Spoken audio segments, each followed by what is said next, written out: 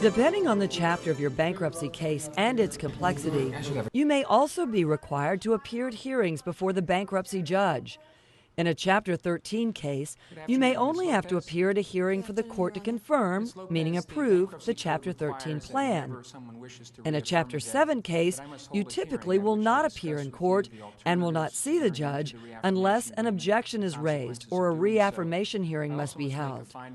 A reaffirmation hearing is held when a debtor wants to continue to pay a debt secured by, say, a car or home furnishings in order to keep the property. Let's watch what goes on in a typical hearing where a judge considers whether a debtor's reaffirmation agreement should be approved. First, the judge will tell you about the consequences of reaffirming a debt, as well as your alternatives. Ms. Lopez, the Bankruptcy Code requires that whenever someone wishes to reaffirm a debt, that I must hold a hearing at which I discuss with you the alternatives to entering into the reaffirmation agreement, the consequences of doing so.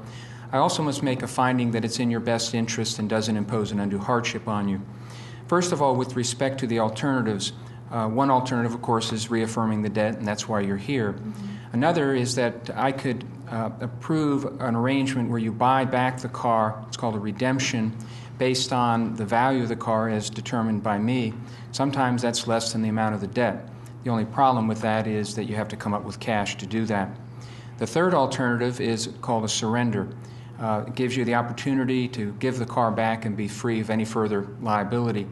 That's something that's worth considering if the car payments were beyond what you could reasonably afford. If you do reaffirm the debt, the consequences are that you'll be liable on the full amount of the debt, and if later on you have financial problems, they can not only repossess the car, but they can put it through the auction and come back against you for anything that's left over after applying the auction proceeds against the debt. Finally, I must find that the agreement's in your best interest and doesn't impose an undue hardship on you. Let me ask you, now that we've discussed those alternatives, do you have any questions? No, Your Honor. And do you still want to proceed? Yes. Before approving the agreement, the judge must make sure the debtor can handle the payments. Okay, now this automobile, as I understand it, is a 2002 Honda Civic. Yes, Your Honor. Are you current on your payments? I am 2 months behind on my car payments. Okay, so you're 2 months behind. Do you have any arrangement where you can catch that up with the lender?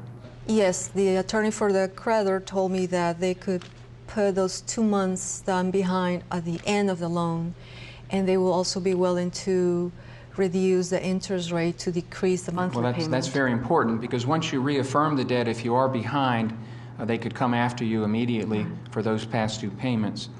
Now, is this a car that you drive personally? Yes. Do you need the car to get back and forth to work? It's your primary means of transportation? I drive it, and I use it to go to work, and I also take my mom to her medical appointments. Okay, very well. Well, based on that, I will find that this agreement is in your best interest and doesn't impose an undue hardship on you. I'll enter an order to that effect. You'll get a copy of that in the mail. In the meantime, just make sure you stay current on those payments. I will. Okay, thank you very much, Ms. Lopez. Thank you, Judge.